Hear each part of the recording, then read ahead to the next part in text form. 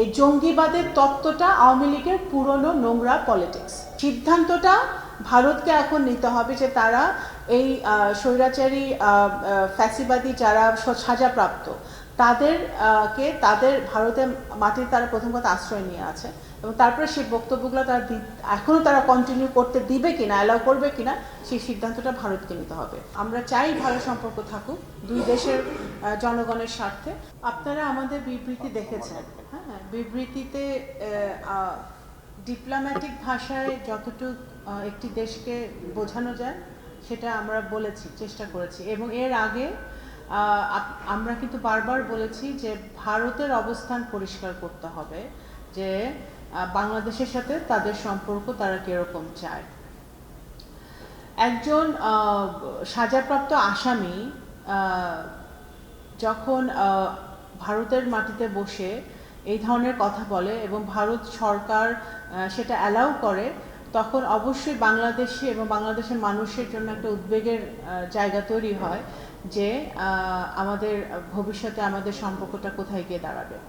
তো আমরা এইটা হচ্ছে আওয়ামী লীগের পুরনো একটা চরিত্র, যে যখনই শেখ হাসিনা যখন বাংলাদেশে 17 বছর ধরে দমন পীড়ন করেছেন, তখনও কিন্তু আওয়ামী লীগের সময় কোনো ঘটনা ঘটলেই একটা মানে এখানে এক্সট্রিমিজম, টেররিজম এই ধরনের একটা ন্যারেটিভ তৈরি করার চেষ্টা হয়েছে। তাদের খুন, গুম, তাদের এক্সট্রা জুডিশিয়াল কিলিং, তাদের বিচার বহির্ভূত হত্যাকাণ্ড যখন যে সময় তারা করেছেন, সেগুলো যখন ঢাকার একটা সময় হয়েছে, তখন সেগুলো ঢাকার জন্য তারা এক্সট্রিমিজম নিয়ে এসছেন, জঙ্গিবাদ নিয়ে এসছেন। এই জঙ্গিবাদের তত্ত্বটা আওয়ামী লীগের পুরনো নোংরা পলিটিক্স, এটাই তারা এখন বিদেশে মাটিতে বসে আবার নতুন করে করার চেষ্টা করছে। সেটা এখন ভারত অ্যালাউ করবে কি করবে না, আবারও আমি বলতে চাই, আই রিপিট, সেটা ভারত সরকারকে সিদ্ধান্ত নিতে হবে। এবং এটা এই জঙ্গিবাদের তত্ত্ব আন্তর্জাতিকভাবে, জাতীয়ভাবে সব আওয়ামী লীগের সময়েও মানুষ এটা বিশ্বাস করে নাই, আন্তর্জাতিকভাবেও সেটা কেউ বিশ্বাস করে নাই, এখনও এটা বিশ্বাসের তো প্রশ্নই ওঠে না। বাংলাদেশে এখন জনগণের সমর্থিত, জনগণের দ্বারা নির্বাচিত একটি সরকার আছে, জনগণের দ্বারা নির্বাচিত একটি বিরোধী দল আছে।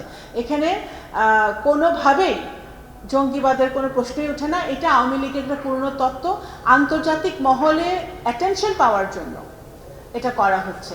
এবং মানবাধিকার, এখন যখন আওয়ামী লীগের মুখে গণতন্ত্র শুনতে হয়, আওয়ামী লীগের মুখে মানবাধিকার শুনতে হয়, তখন এটা অত্যন্ত হাস্যকর একটা ব্যাপার হয়ে দাঁড়ায় যে যখন চৌধুরী আলমকে গুম করেছিল, যখন ইলিয়াস আলীকে গুম করেছিল, যখন সুমনকে গুম করেছিল এবং তাদের মতো বহু লোককে গুম করেছিল, তখন মানবাধিকার কোথায় ছিল?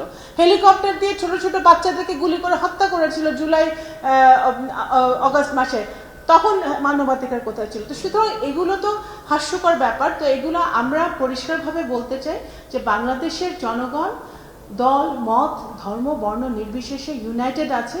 কোনোভাবেই এখানে যে ফ্যাসিবাদ চলেছে গত 17-18 বছর, সেই ফ্যাসিবাদ আবার ফেরত আসুক, আবার এখানে ফ্যাসিবাদে উত্থান হোক, সেটা কোনোভাবে বাংলাদেশের জনগণ সেটা মেনে নেবে না। ভারত আর বাংলাদেশের সম্পর্ক উন্নত হোক, সেটা আমি বিশ্বাস করি যে দুই দেশের সরকার, দুই দেশের জনগণ সেটা চায়। কিন্তু ভারতের মাটিতে বসে স্বৈরাচারী ফ্যাসিবাদী সাজাপ্রাপ্ত আওয়ামী লীগের লোকজন এবং আওয়ামী লীগের প্রধান যদি এই ধরনের ষড়যন্ত্রমূলক কাজকর্ম চালিয়ে যেতে থাকে এবং সেটা যদি ভারত সরকার এখনই বন্ধ না করে, এই মুহূর্তে বন্ধ না করে, তাহলে অবশ্যই সেটা বাংলাদেশের জনগণের জন্য একটা উদ্বেগের জায়গা তৈরি করে।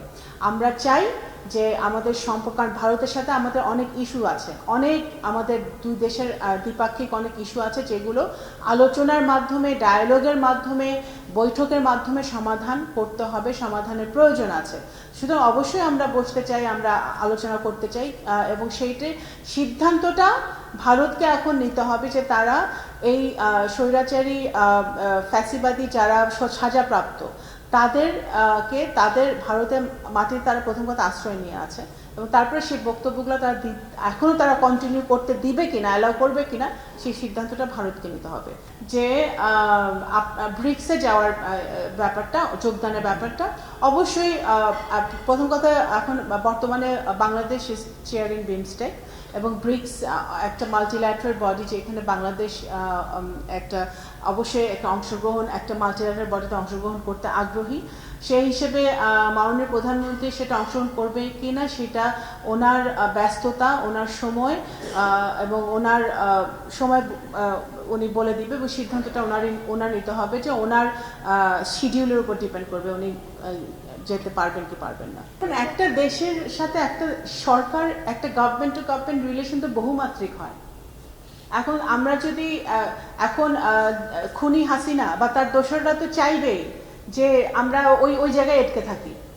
তা আমরা তো, বাংলাদেশ তো একটা জায়গায় আটকে থাকতে পারে না। একটা দেশের সাথে একটা দেশের বহুমাত্রিক সম্পর্ক, আমি আগেই বলেছি, কিন্তু তাদের সাথে আমাদের অনেক ডায়ালগ, ভারতের সাথে আমাদের অনেক ডায়ালগ হওয়ার প্রয়োজন, অনেক আলোচনার প্রয়োজন আছে। আমাদের বিভিন্ন ইস্যু আছে, আমাদের এনার্জি নিয়ে আমাদের কোঅপারেশন আছে, আমাদের পানি নিয়ে ওদের সাথে বিরাট ইস্যু আছে, বর্ডার নিয়ে ইস্যু আছে। তো এগুলো তো আলোচনার মাধ্যমে সমাধান করতে হবে। এখানে 24 ঘন্টা 36 ঘন্টার ব্যাপার নয়। এই আলোচনাগুলো চলবে, এই ডায়ালগগুলো চলবে, কিন্তু ওইটাও তো একটা বার্নিং ইস্যু, যেটা জুলাই যোদ্ধাদের কে আহত করে, যেটা জুলাই যোদ্ধাদের পরিবারদেরকে আহত করে, যেটা বাংলাদেশের জনগণের সেন্টিমেন্টকে আঘাত করে, যেটা বাংলাদেশের 17 কোটি গণতন্ত্রকামী মানুষ যারা যুদ্ধ করেছে, প্রাণ দিয়েছে, রক্ত দিয়েছে, তাদেরকে আহত করে।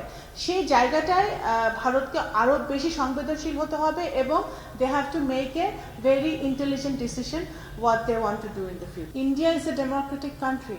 India has to decide what their foreign policy will be regarding Bangladesh. So আমরা চাই ভালো সম্পর্ক থাকুক দুই দেশের জনগণের স্বার্থে, কিন্তু সম্পর্কটা তো হবে সমতার ভিত্তিতে, পারস্পরিক শ্রদ্ধা সম্মানের জায়গা রেখে এবং নিজেদের স্বার্থটাকে বজায় রেখে। তো সেটা ভারত বুঝতে পারলে সবার জন্য মঙ্গল।